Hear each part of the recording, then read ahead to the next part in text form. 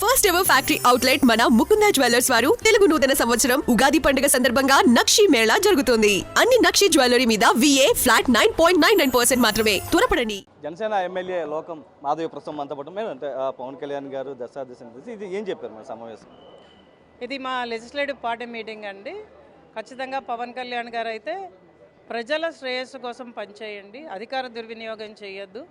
అలాగే ప్రజలు కార్యకర్తలు ఏదైనా సమస్యలు తీసుకొస్తే వాటి మీద మీరు ప్రత్యేకంగా దాని మీద నిలబడి పోరాటం చేయండి, వాళ్ళకి అందుబాటులో ఉండండి అని దిశానిర్దేశం చేయడం జరిగిందండి. అలాగే మెంబర్షిప్ డ్రైవ్ గురించి కూడా ప్రత్యేకంగా ఆయన మాకు చెప్పడం జరిగింది. ఈరోజు జనసేన సుమారు రాష్ట్ర వ్యాప్తంగా 16 లక్షల పైచిలకు సభ్యత్వ నమోదు కార్యక్రమాన్ని చేసుకుని ముందుకు సాగుతున్నది. మ్యాక్సిమం అన్నీ కూడా కొత్త సభ్యత్వాలు నమోదు అవ్వడం నిజంగా చాలా పరిణామంగా నేను చెప్తున్నాను. అలాగే మనం ఈరోజు ప్రజా సమస్యల మీద పోరాడినప్పుడు మనం స్ట్రాంగ్గా నిలబడాలి, ఎందుకంటే అదే జనసేన తాలూకా ప్రధాన సిద్ధాంతం. కాబట్టి మీరందరూ దాని మీద స్ట్రాంగ్గా నిలబడండి, దానికి ఎప్పుడు కూడా నా సపోర్ట్ ఉంటుంది.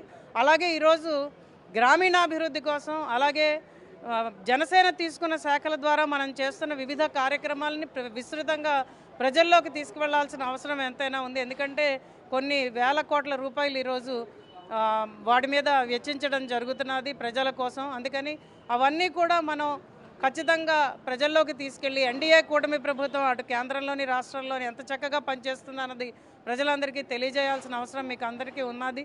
కాబట్టి continue your fight for the people and their development and their welfare. ఇది మాకు ఆయన ఎప్పుడూ ఇస్తున్న దిశానిర్దేశం. దాన్నే ఇంకా ఖచ్చితమైన పరిణామంలో ఈరోజు చెప్పడం జరిగింది. చెప్పి దాన్ని ముందుకు తీసుకెళ్ళమని కూడా చెప్పడం జరిగింది. జనసేన పార్టీ పైన ఎవరైనా విమర్శలు చేస్తే అంతే విధంగా తిప్పికొట్టాలన్నట్టుగా చెప్పినారు.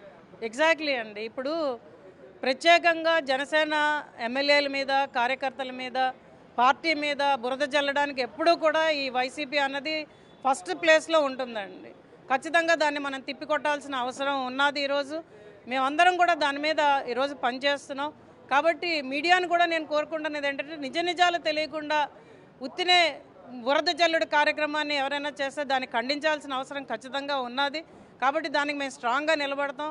ఎందుకంటే మాకు పోరాటాన్ని నేర్పించారు. అవినీతి లేని, అన్యాయం లేని, కులం మతం విపక్షం లేకుండా రాజకీయాలకు అతీతంగా ప్రజలకు సేవ చేసుకునే అదృష్టాన్ని మాకు ఈరోజు పవన్ కళ్యాణ్ గారు కల్పించారు. కాబట్టి దాని మీద మనం ప్రత్యేకంగా పనిచేయాల్సిన అవసరం ఉన్నదని కూడా ఆయన మాకు చెప్పడం జరిగిందండి. అంటే 1-to-1 మాట్లాడినట్లుగా కూడా తెలుస్తుంది. 1-to-1లో ఏం చెప్పారు?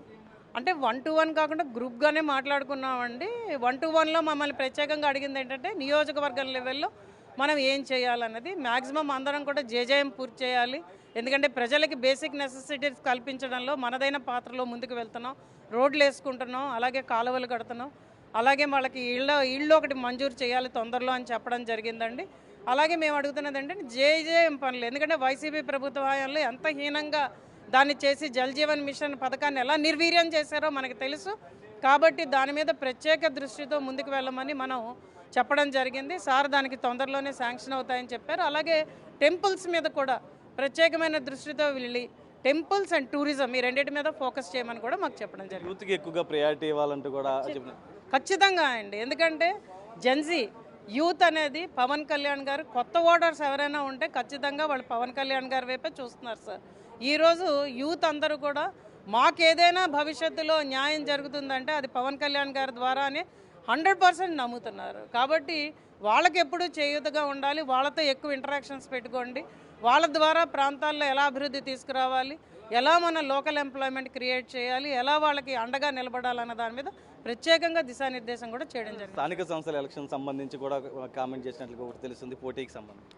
ఖచ్చితంగా అండి. ఈ మెంబర్షిప్ డ్రైవ్ అనేది మాకు చాలా ఉపయోగపడ్డదండి. స్థానిక సంస్థల ఎన్నికలకు కూడా మనం ముందుకు తీసుకెళ్ళడానికి, అలాగే లీడర్స్ని కూడా వాళ్ళకి దిశానిర్దేశం చేయడం, వాళ్ళు ఎలా క్యాడర్ను ఉత్తేజపరచాలి అన్న దాని మీద ప్రత్యేక దృష్టితో మేము ముందుకెళ్తున్నాం. ఇప్పుడు కూడా ఆయన చెప్తున్నది ఏంటంటే రేపొద్దున కార్యకర్తలందరినీ కూడా మనం ఉత్తేజపరచాలి, పనులన్నీ కూడా సక్రమంగా జరిగేటట్టు చూడాలి, అలాగే ప్రాంతాల్లో అభివృద్ధికి, అలాగే ప్రాంతాల్లో వెల్ఫేర్ స్కీమ్స్ ప్రజల్లోకి వెళ్ళడానికి కూడా మనం డిఫరెంట్గా ఆలోచించాలి. ఎందుకంటే ఇప్పటిదాకా ప్రభుత్వాలు ఎలా ఉంటాయంటే సార్, వైసీపీ వస్తే వైసీపీ అనుచరులకే లాభం, టీడీపీ వస్తే టీడీపీ అనుచరులకే లాభం. అలా కాకుండా ఇప్పుడు కూటమి తాలూకా లక్ష్యం ఏంటంటే ఎన్డీఏ కూటమి తాలూకా లక్ష్యం, దానిలో జనసేన తాలూకా ప్రత్యేక పాత్ర ఏంటంటే మనం ప్రజలకి, పేద ప్రజలకి, పేద బడుగు బలహీన వర్గాలకి ముఖ్యంగా మనం న్యాయం చేసే విధంగా మనం ముందుకెళ్ళాలి.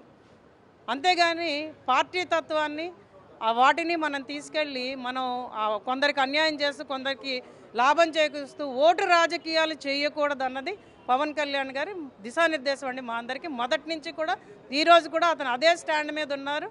ఎక్కడా కూడా అధికారానికి పదవులకి లోబడి జనసేన నాయకుడు కానీ జనసేన పార్టీ కానీ పనిచేయదన్నది ఆయన ఇంకొకసారి ఈరోజు తాను మాకు దిశానిర్దేశం చేసిన దాన్ని బట్టి ఇంకొకసారి దాన్ని స్ట్రాంగ్గా తీసుకెళ్లారు సార్.